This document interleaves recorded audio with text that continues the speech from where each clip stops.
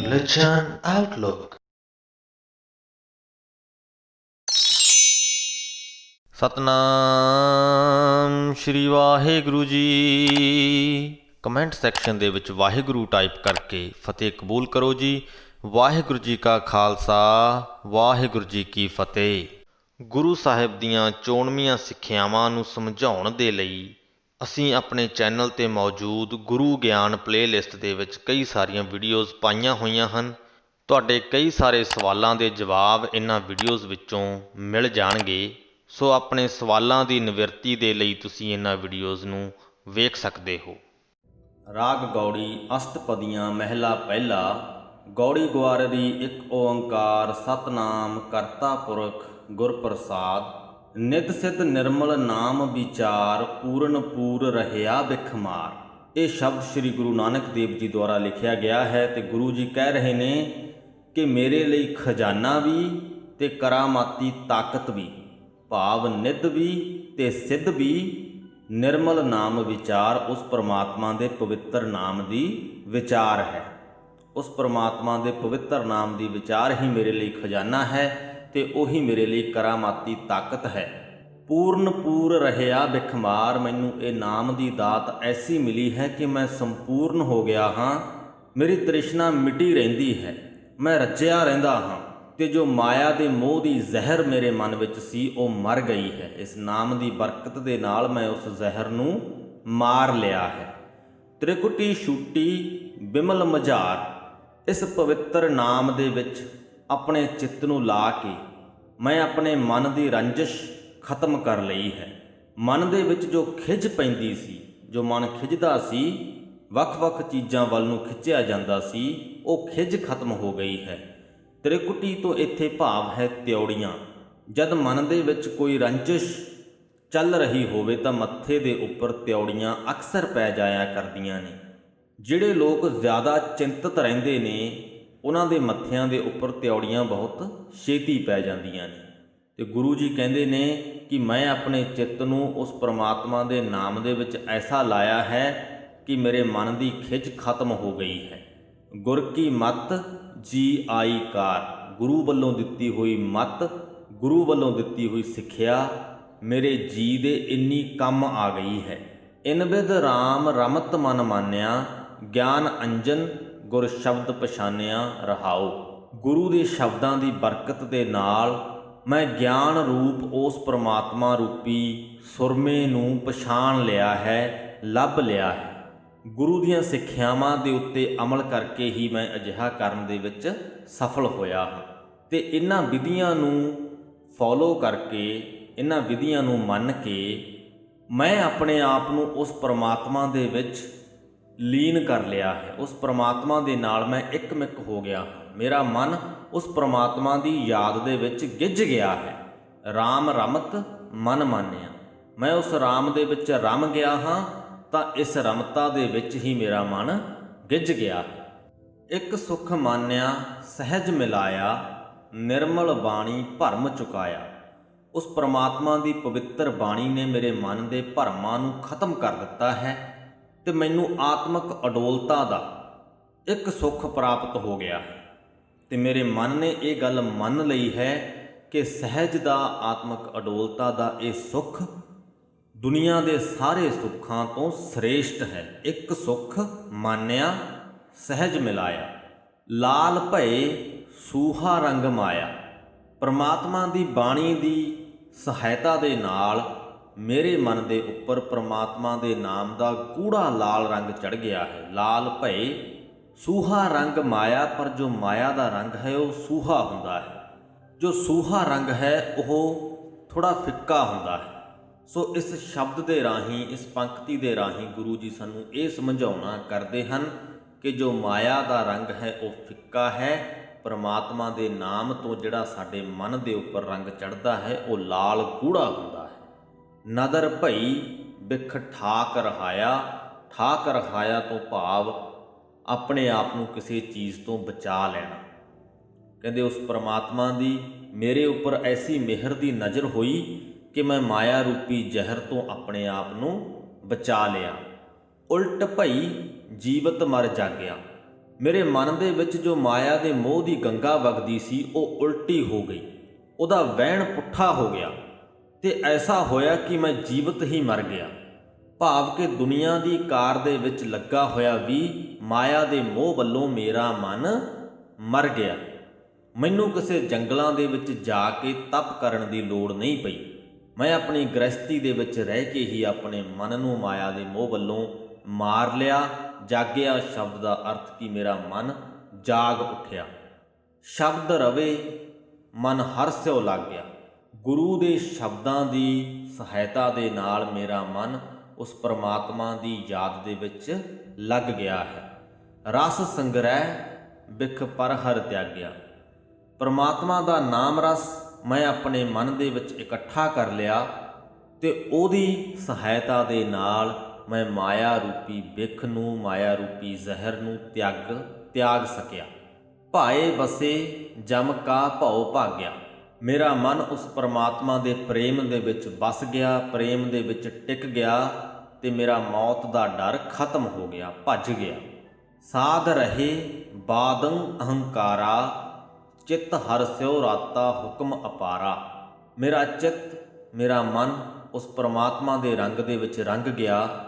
ਮੈਂ ਉਹਦੀ ਰਜ਼ਾ ਦੇ ਵਿੱਚ ਖੁਸ਼ ਰਹਿਣ ਲੱਗਾ ਤੇ ਅਜਿਹਾ ਕਰਕੇ ਮੇਰੇ ਦੁਨੀਆ ਦੀਆਂ ਤ੍ਰਿਸ਼ਨਾਵਾਂ ਦਾ ਜੋ ਸਵਾਦ ਸੀ ਉਹ ਵੀ ਰਹਿ ਗਿਆ। ਮੇਰੇ ਮਨ ਦੇ ਵਿੱਚ ਮਾਇਆ ਦਾ ਜੋ ਝਗੜਾ ਸੀ ਉਹ ਵੀ ਖਤਮ ਹੋ ਗਿਆ ਤੇ ਹੰਕਾਰ ਵੀ ਖਤਮ ਹੋ ਗਿਆ। ਬਾਦਮ ਸ਼ਬਦ ਤੋਂ ਭਾਵ ਹੈ ਝਗੜਾ। ਇਹ ਸਵਾਦ ਵੀ ਰਹਿ ਗਏ, ਝਗੜਾ ਵੀ ਰਹਿ ਗਿਆ, ਹੰਕਾਰ ਵੀ ਰਹਿ ਗਿਆ ਤੇ ਉਹ ਪ੍ਰਮਾਤਮਾ ਮੇਰੇ ਚਿੱਤ ਦੇ ਵਿੱਚ ਵਸ ਗਿਆ। ਉਹਦੀ ਰਜ਼ਾ ਦੇ ਵਿੱਚ ਰਹਿਣਾ ਮੈਨੂੰ ਚੰਗਾ ਲੱਗਣ ਲੱਗ ਗਿਆ। ਜਾਤ ਰਹੇ ਪਤ ਕੇ ਆਚਾਰਾ। ਜਾਤ ਵਰਨ ਦੀ ਚੱਕਰਾਂ ਦੇ ਵਿੱਚ ਪੈ ਕੇ ਲੋਕਾਂ ਦੀ ਲੱਜ ਰੱਖਣ ਦੇ ਮਕਸਦ ਤੋਂ ਜੋ ਮੈਂ ਧਾਰਮਿਕ ਕਰਮਕਾਂਡ ਕਰਦਾ ਸਾਂ, ਆਚਾਰਾ, ਉਹ ਵੀ ਮੇਰੇ ਰਹਿ ਗਏ। ਉਹਨਾਂ ਤੋਂ ਵੀ ਮੇਰਾ ਮਨ ਉੱਕ ਗਿਆ। ਦ੍ਰਿਸ਼ਟ ਭਈ ਸੁਖ ਆਤਮ ਧਾਰਾ। ਉਸ ਪਰਮਾਤਮਾ ਦੀ ਐਸੀ ਮਿਹਰ ਦੀ ਨਿਗਾਹ ਮੇਰੇ ਤੇ ਹੋਈ ਕਿ ਮੇਰੇ ਅੰਦਰ ਆਤਮਿਕ ਸੁੱਖ ਦੀ ਧਾਰਾ ਵਗਣ ਲੱਗ ਪਈ। ਅਸੀਂ ਸਾਰੇ ਇਸ ਗੱਲ ਤੋਂ ਭਲੀ ਭਾਂਤ ਜਾਣੂ ਹਾਂ ਕਿ ਸ੍ਰੀ ਗੁਰੂ ਨਾਨਕ ਦੇਵ ਜੀ ਦੀ ਉਸ ਪਰਮਾਤਮਾ ਦੇ ਨਾਲ ਬਹੁਤ ਡੂੰਘੀ ਲਿਵ ਲੱਗੀ ਹੋਈ ਸੀ। ਉਹਨਾਂ ਦੀ ਬਾਣੀ ਜਦੋਂ ਅਸੀਂ ਪੜ੍ਹਦੇ ਹਾਂ ਤਾਂ ਇਹ ਗੱਲ ਅਸੀਂ ਮਹਿਸੂਸ ਕਰ ਪਾਉਂਦੇ ਹਾਂ ਕਿ ਗੁਰੂ ਜੀ ਉਸ ਪਰਮਾਤਮਾ ਦੇ ਨਾਲ ਇੱਕਮਿਕ ਹੋਏ ਉਹਦੀ ਸਿਫਤ ਲਿਖ ਰਹੇ ਨੇ ਤੇ ਇਸ ਪੂਰੇ ਸ਼ਬਦ ਦੇ ਵਿੱਚ ਉਸ ਪਰਮਾਤਮਾ ਦੇ ਨਾਮ ਦੀ ਸਿਫਤ ਹੀ ਕੀਤੀ ਗਈ ਹੈ। ਤੁਝ ਬਿਨ ਕੋਇ ਨਾ ਦੇਖੋ ਮੀਤ, ਕਿਸ ਸੇਵੋ ਕਿਸ ਦੇਵੋ ਚੀਤ। ਗੁਰੂ ਜੀ ਉਸ ਪਰਮਾਤਮਾ ਨੂੰ ਕਹਿ ਰਹੇ ਨੇ ਕਿ ਮੈਨੂੰ ਤੇਰੇ ਤੋਂ ਬਿਨਾ ਕੋਈ ਸੱਚਾ ਮਿੱਤਰ ਨਹੀਂ ਦਿਸਦਾ। ਮੈਂ ਤੇਰੇ ਤੋਂ ਬਿਨਾ ਆਪਣਾ ਕੋਈ ਸੱਚਾ ਮਿੱਤਰ ਨਹੀਂ ਦੇਖਿਆ ਤਾਂ ਮੈਂ ਕਿਹੜੇ ਹੋਰ ਨੂੰ ਸੇਵਾ, ਕਿਸ ਹੋਰ ਦੀ ਮੈਂ ਸੇਵਾ ਕਰਾਂ, ਕਿਸ ਨੂੰ ਮੈਂ ਆਪਣਾ ਮਨ ਦੇਵਾਂ। ਕਿਸ ਪੁੱਛੋ ਕਿਸ ਲਾਗੋ ਪਾਈ। ਮੈਂ ਕਿਸ ਦੇ ਪੈਰੀਂ ਲੱਗਾ, ਕਿਸ ਤੋਂ ਸਲਾਹ ਮੰਗਾਂ।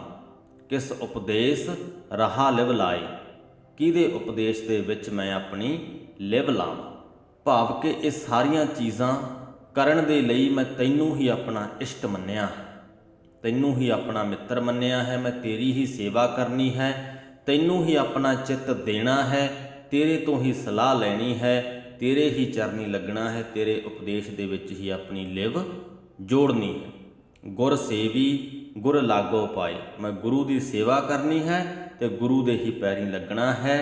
ਭਗਤ ਕਰੀ ਰਾਚੋ ਹਰਨਾਏ। ਉਸ ਪ੍ਰਮਾਤਮਾ ਦੇ ਨਾਮ ਦੇ ਵਿੱਚ ਆਪਣੇ ਮਨ ਨੂੰ ਰਚਾਉਣਾ ਹੈ, ਉਸ ਪ੍ਰਮਾਤਮਾ ਦੀ ਭਗਤੀ ਕਰਨੀ ਹੈ। ਸਿੱਖਿਆ ਦੀਖਿਆ ਭੋਜਨ ਭਾਉ। ਗੁਰੂ ਵੱਲੋਂ ਮਿਲੀ ਹੋਈ ਸਿੱਖਿਆ ਤੇ ਗੁਰੂ ਵੱਲੋਂ ਮਿਲੀ ਹੋਈ ਦਕਸ਼ਨਾ, ਦੀਖਿਆ ਤੋਂ ਭਾਵ ਦਕਸ਼ਨਾ, ਤੇ ਗੁਰੂ ਦਾ ਪ੍ਰੇਮ ਹੀ ਮੇਰੇ ਮਨ ਦਾ ਭੋਜਨ ਹੈ। ਹੁਕਮ ਸੰਜੋਗੀ ਨਿਜ ਘਰ ਜਾਓ। ਇਹ ਐਸਾ ਸੰਜੋਗ ਵਰਤਿਆ ਹੈ ਕਿ ਉਸ ਪਰਮਾਤਮਾ ਦੇ ਹੁਕਮ ਅਨੁਸਾਰ ਮੈਂ ਆਪਣੇ ਹਿਰਦੇ ਘਰ ਵਿੱਚ ਹੀ ਟਿਕ ਗਿਆ। ਮੇਰੀ ਸੁਰਤ ਅੰਦਰ ਵੱਲ ਲੱਗ ਗਈ ਹੈ, ਮੇਰਾ ਮਨ ਬਾਹਰ ਭਟਕਣੋਂ ਹਟ ਗਿਆ ਹੈ। ਗਰਭ ਗਾਤਨ ਸੁਖ ਆਤਮ ਧਿਆਨਾ। ਮੇਰੀ ਹੰਕਾਰ ਵਾਲੀ ਮਤ ਤਿਆਗੀ ਗਈ ਹੈ ਤੇ ਆਤਮ ਧਿਆਨੇ ਦੇ ਵਿੱਚ ਮੈਂ ਸੁੱਖ ਪ੍ਰਾਪਤ ਕਰ ਲਿਆ ਹੈ। ਆਤਮਿਕ ਆਨੰਦ ਦੇ ਵਿੱਚ ਮੇਰੀ ਸੁਰਤ ਟਿਕ ਗਈ ਹੈ। ਜੋਤ ਭਈ ਜੋਤੀ ਮਾਹੇ ਸਮਾਨਾ। ਮੇਰੇ ਹਿਰਦੇ ਦੇ ਵਿੱਚ ਉਸ ਪਰਮਾਤਮਾ ਦਾ ਪ੍ਰਕਾਸ਼ ਹੋ ਗਿਆ ਹੈ। ਜੋਤ ਭਈ ਤੋਂ ਭਾਵ ਪ੍ਰਕਾਸ਼ ਹੋ ਗਿਆ ਹੈ, ਤੇ ਜੋਤੀ ਮਾਹੇ ਸਮਾਨਾ, ਤੇ ਉਹ ਪ੍ਰਕਾਸ਼ ਐਸਾ ਹੋਇਆ ਹੈ ਕਿ ਮੈਂ ਆਪਣੀ ਮੈਂ ਨੂੰ ਉਸੇ ਪ੍ਰਕਾਸ਼ ਦੇ ਵਿੱਚ ਹੀ ਰਲਾ ਦਿੱਤਾ ਹੈ। ਉਸ ਪ੍ਰਮਾਤਮਾ ਦੀ ਜੋਤ ਦੇ ਵਿੱਚ ਹੀ ਮੈਂ ਸਮਾ ਗਿਆ। ਲਿਖਤ ਮਿਟੈ ਨਹੀਂ ਸ਼ਬਦ ਨਿਸ਼ਾਨਾ, ਗੁਰੂ ਦੇ ਸ਼ਬਦ ਮੇਰੇ ਹਿਰਦੇ ਦੇ ਉੱਪਰ ਐਸੇ ਨਿਸ਼ਾਨ ਬਣਾ ਗਏ ਨੇ ਕਿ ਉਹ ਕਦੇ ਮਿਟ ਨਹੀਂ ਸਕਦੇ। ਕਰਤਾ ਕਰਨਾ, ਕਰਤਾ ਜਾਣਾ। ਕਰਨਾ ਤੋਂ ਭਾਵ ਹੈ ਸ੍ਰਿਸ਼ਟੀ, ਕਿ ਉਸ ਕਰਤੇ ਵੱਲੋਂ, ਉਸ ਕਰਤਾਰ ਵੱਲੋਂ ਰਚੀ ਹੋਈ ਸ੍ਰਿਸ਼ਟੀ ਨੂੰ ਹੀ ਮੈਂ ਉਹ ਕਰਤਾਰ ਸਮਝ ਲਿਆ ਹੈ। ਭਾਵ ਕਿ ਉਹਦੀ ਰਚੀ ਹੋਈ ਸ੍ਰਿਸ਼ਟੀ ਦੇ ਵਿੱਚੋਂ ਮੈਂ ਉਸ ਪਰਮਾਤਮਾ ਨੂੰ, ਉਸ ਕਰਤਾਰ ਨੂੰ ਪ੍ਰਤੱਖ ਦੇਖ ਪਾਉਂਦਾ ਹਾਂ। ਨਹਿ ਪੰਡਿਤ ਨਹਿ ਚਤਰ ਸਿਆਣਾ, ਗੁਰੂ ਜੀ ਕਹਿੰਦੇ ਕਿ ਨਾ ਮੈਂ ਕੋਈ ਪੰਡਤ ਹਾਂ, ਨਾ ਮੈਂ ਕੋਈ ਚਤੁਰ ਸਿਆਣਾ ਹਾਂ। ਇਸ ਪੰਕਤੀ ਦੇ ਵਿੱਚ ਇੱਕ ਵੱਡੀ ਗੱਲ ਇਹ ਲੁਕੀ ਹੋਈ ਹੈ ਕਿ ਗੁਰੂ ਜੀ ਨੇ ਆਪਣੀ ਮੈਂ ਨੂੰ ਵਿੱਚ ਨਹੀਂ ਲਿਆਂਦਾ ਹੈ।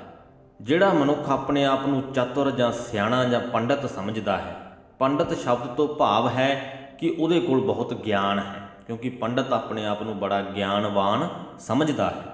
ਤਾਂ ਜਦ ਤੱਕ ਉਹ ਆਪਣੀ ਮੈਂ ਨੂੰ ਵਿੱਚ ਰੱਖਦਾ ਹੈ, ਉਦੋਂ ਤੱਕ ਉਹ ਭੁੱਲਿਆ ਭਟਕਿਆ ਹੀ ਰਹਿੰਦਾ ਹੈ, ਮਾਇਆ ਦੇ ਮੋਹ ਵਿੱਚ ਹੀ ਲੱਗਾ ਹੁੰਦਾ ਹੈ।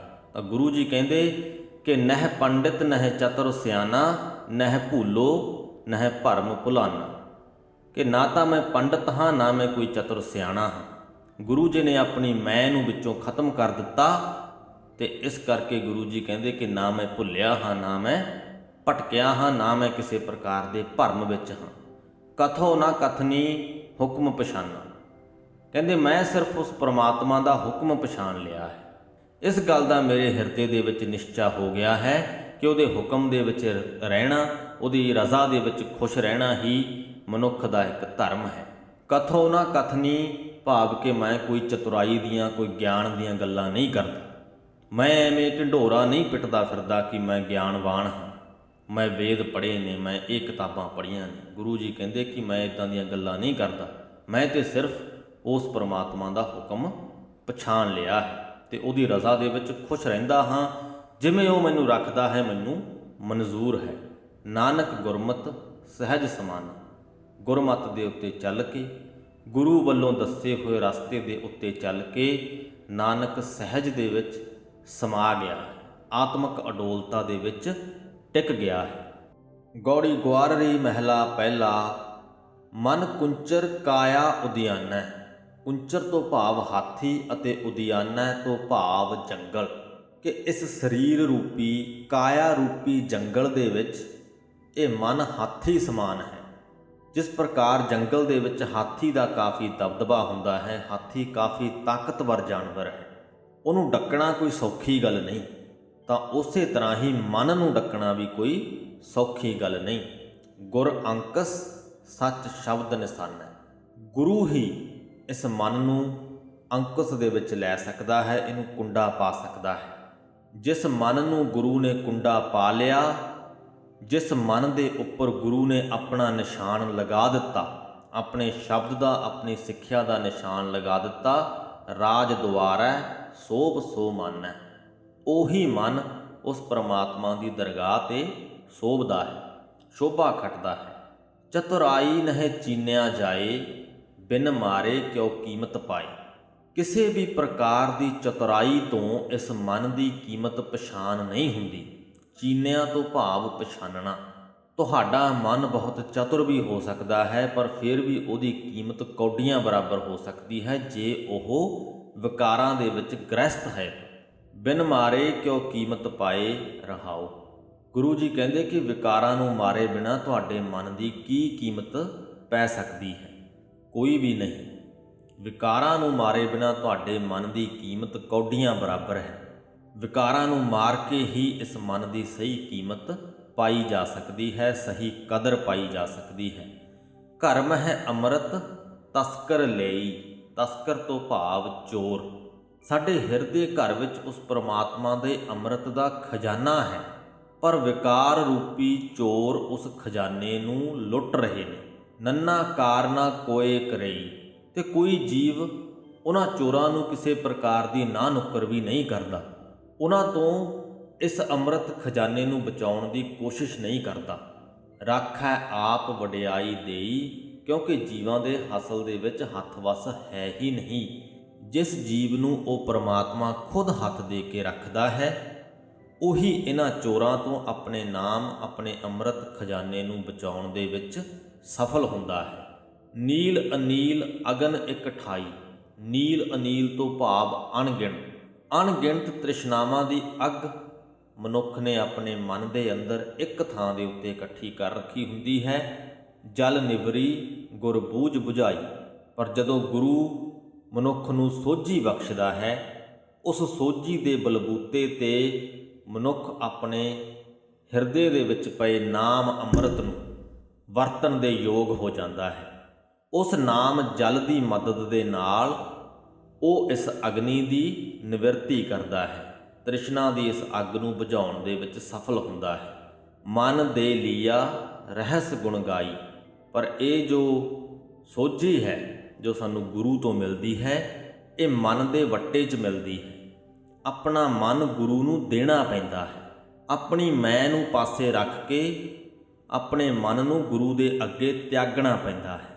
ਗੁਰੂ ਅੱਗੇ ਇਹ ਅਰਜ਼ੋਈ ਕਰਨੀ ਪੈਂਦੀ ਹੈ ਕਿ ਹੇ ਗੁਰੂ, ਮੈਂ ਆਪਣਾ ਮਨ ਤੈਨੂੰ ਸੌਂਪਦਾ ਹਾਂ, ਇਹਦੇ ਵਿੱਚ ਤੇਰੀ ਜੋ ਮਰਜ਼ੀ ਹੈ ਉਹ ਸੋਝੀ ਭਰ ਦੇ।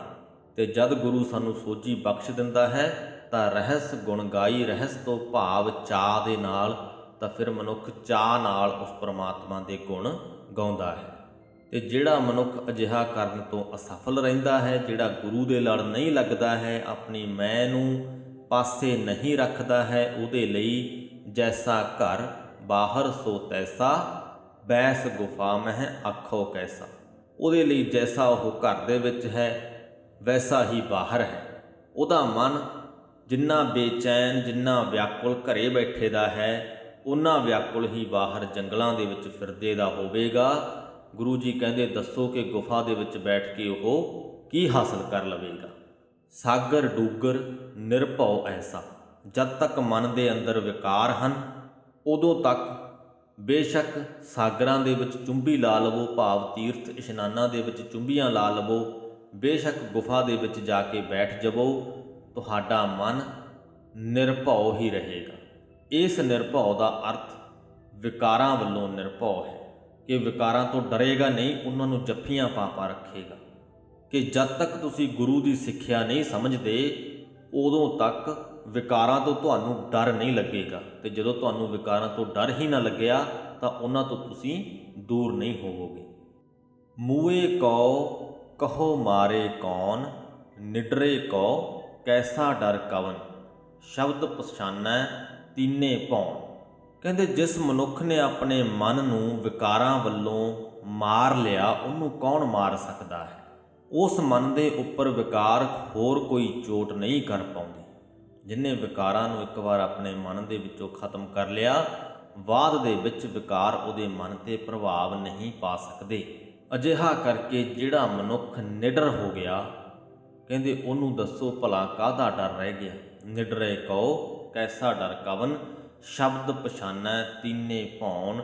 ਗੁਰੂ ਦੇ ਸ਼ਬਦ ਵਿੱਚ ਜੁੜ ਕੇ ਉਹ ਮਨੁੱਖ ਤਿੰਨੇ ਭਵਨਾਂ ਦੇ ਵਿੱਚ ਉਸ ਪਰਮਾਤਮਾ ਨੂੰ ਪ੍ਰਤੱਖ ਵਸਦਾ ਹੋਇਆ ਪਛਾਣ ਲੈਂਦਾ ਹੈ।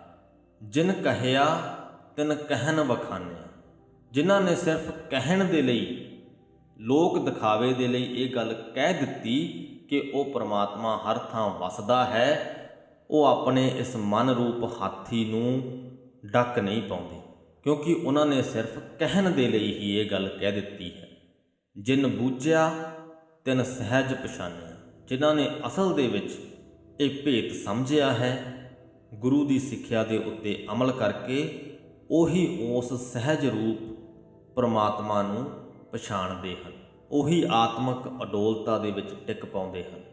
ਦੇਖ ਵਿਚਾਰ ਮੇਰਾ ਮਨ ਮਾਨਿਆ, ਉਸ ਪਰਮਾਤਮਾ ਨੂੰ ਪ੍ਰਤੱਖ ਦੇਖ ਕੇ, ਉਸ ਨੂੰ ਹਰ ਥਾਂ ਵਸਦਾ ਮਹਿਸੂਸ ਕਰਕੇ, ਉਹਦੇ ਗੁਣਾਂ ਦੀ ਵਿਚਾਰ ਕਰਕੇ ਮੇਰਾ ਮੇਰਾ ਕਹਿਣ ਵਾਲਾ ਮਨ ਉਹਦੀ ਸਿਫਤ ਸਲਾਹ ਦੇ ਵਿੱਚ ਮੰਨ ਜਾਂਦਾ ਹੈ, ਉਹਦੀ ਯਾਦ ਦੇ ਵਿੱਚ ਗਿੱਝ ਜਾਂਦਾ ਹੈ। ਕੀਰਤ ਸੂਰਤ ਮੁਕਤ ਇੱਕ ਨਾਈ, ਕੀਰਤ ਤੋਂ ਭਾਵ ਸ਼ੋਭਾ। ਗੁਰੂ ਜੀ ਕਹਿੰਦੇ ਕਿ ਸ਼ੋਭਾ, ਸੁੰਦਰਤਾ ਤੇ ਵਿਕਾਰਾਂ ਤੋਂ ਮੁਕਤੀ ਉਸ ਇੱਕ ਨਾਮ ਦੇ ਵਿੱਚ ਮੌਜੂਦ ਹੈ।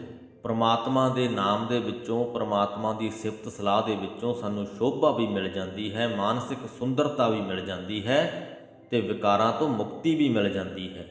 तही निरंजन रहया समाई, ते अजिहे हिरदे दे विच माया के प्रभाव तो रहत वो परमात्मा सदा समाया रहता है। निज घर व्याप रहया निज ठाई, उस अपने घर विच, अपने निवास स्थान विच परमात्मा हर वेले मौजूद है। उस्तत करे केते मन प्रीत, किन्ने ही मुनि प्रेम सहित उस परमात्मा की उस्तत कर रहे हैं। तन मन सुच्चा सच सो चीत, उन्हां दा तन अते मन सुच्चा हो जाता है, उन्हां दे मन दे विच उस सच्चे परमात्मा का वास हो जाता है। नानक हर भज नीता नीत, हे नानक तू भी हर रोज़ उस परमात्मा का भजन करिया कर। सो इस दे नाल ही श्री गुरु ग्रंथ साहिब जी के 221वें अंग की बाणी की व्याख्या की समाप्ति हुंदी है जी। अज की बाणी श्री गुरु नानक देव जी द्वारा लिखी गई असी पढ़ी है, तो ये गल बकायदा महसूस की है कि उस परमात्मा के नाल एकमिक होकर गुरु जी ने ये बाणी लिखी है। उस परमात्मा की सिफत सलाह उहदी उस्तत की है। सानू ये समझाउणा कीता है कि जंगल रूप इस शरीर दे विच साडा मन हाथी दे बराबर है। इस हाथी नूं जेकर असी काबू दे विच करना है तो गुरु दीआं सिक्ख्यावां दे उपर अमल करना पएगा, गुरु दे लड़ लगना पएगा। गुरु ही साडे इस हाथी रूप मन नूं कुंडा मार के काबू दे विच करन दे विच साडी सहायता कर सकदा है। आओ असी भी उस परमात्मा की उस्तत करिया करिए, उहदे नाल सांझ बनाउण दी कोशिश करिए, उहदे विच लीन हो जाण दी कोशिश करिए, उहदी रज़ा दे विच खुश रहिए। अज दी वीडियो इत्थे ही समाप्त करते हाँ जी। वाहिगुरू जी का खालसा, वाहिगुरू जी की फतेह।